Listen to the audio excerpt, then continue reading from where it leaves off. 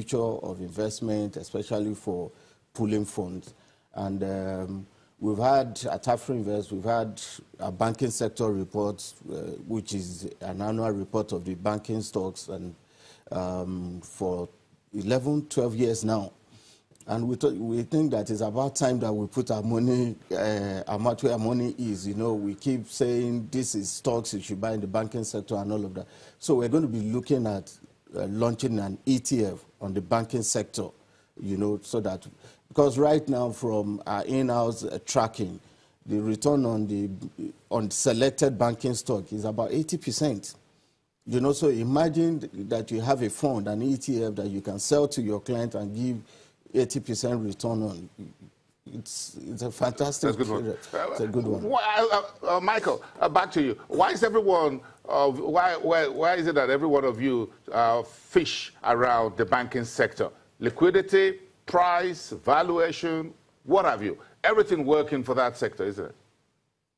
Yeah, I think you touched the nail on the head, really. Liquidity, price. Also, if you look at corporate governance, also in terms of foreign investors' sentiment, they do tend to favor the banking stocks, and it's unsurprising as globally financial services are always a key sector in an exchange, and Nigerian banks have made a lot of strides thanks to the CBN in the last 15 or 20 years to get to a position where they can actually be attractive to both domestic and international investors.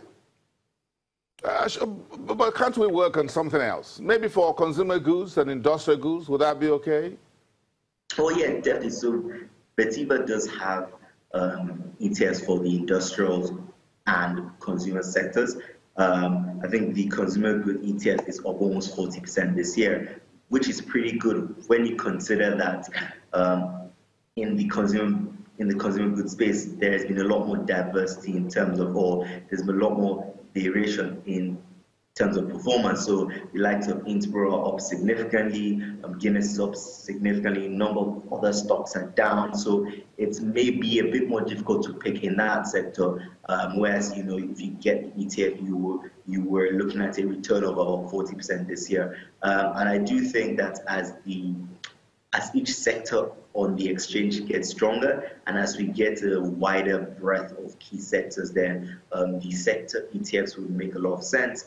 But we should definitely not restrict ourselves to just sector ETFs. We have mentioned the New Gold ETF, we have mentioned the Lotus ETF, and really, because it's a derivative product, there are really an infinite possibility of ETFs that can be created. I already referenced the Pt.2 S&P bond ETF, which I think is one of the more exciting products for next year, given the outlook for interest rates. So the market, there's a lot of potential there. Obviously, all this talk will really be for naught if investor education and appetite doesn't catch up in the next couple of years or decades.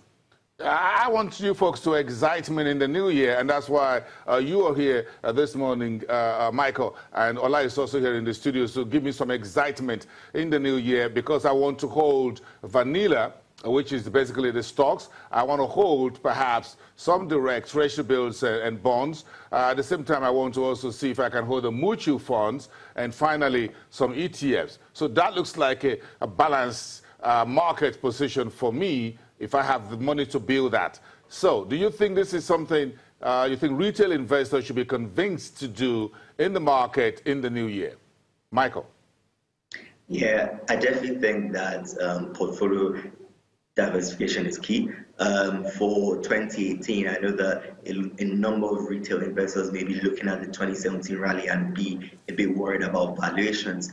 But the outlook generally for the market is positive, and a number of people may not be sure what stocks to go for. So I think the safe bet is, you know, at the very least, you can track the markets, right? So if you get the ETF that tracks the market, yes.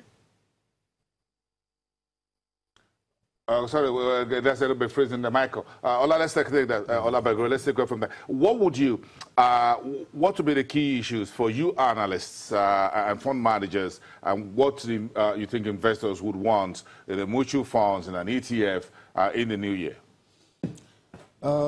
Certainly stability. Like Michael said, there may be genuine fears that because of the rally in 2017, there may not be so much as much return in 2018, which is correct. I also mentioned that earlier that we do not think that for the equities market there will be so much rally, but we know that earnings is improving, and that will definitely drive the equities market and all of that.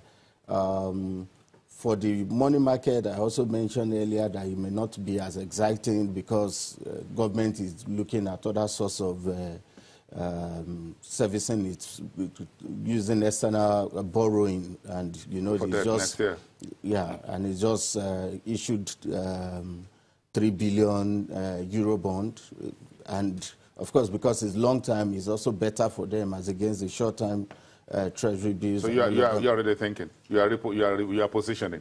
Yeah, of course. That's my job. I understand. That's your job. That's my job. That's what you'll be worrying about to the end of the year, even including the holidays. Michael, just about 30 seconds from you.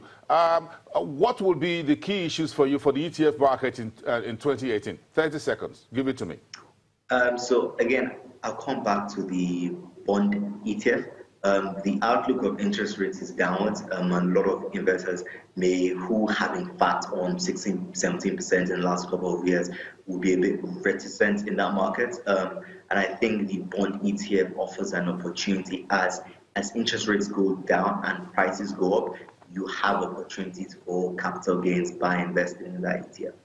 Okay. Michael Famaroti, economist at Vertiva Capital Management, thank you very much for being part of the program this morning on Skype and live here in our headquarters, Lagos studio. Ola Belgore, you have the opportunity of that handshake. The managing director and CEO at Afrinvest Asset Management. Michael didn't get that. Maybe next time. Let's take a break. After Oscar Onyema, the CEO of the Nigerian Stock Exchange, is an associate member of the Chartered Institute of Stockbrokers. So will he be trading on the floor as a stockbroker? That's a question I'm asking next. Stick around.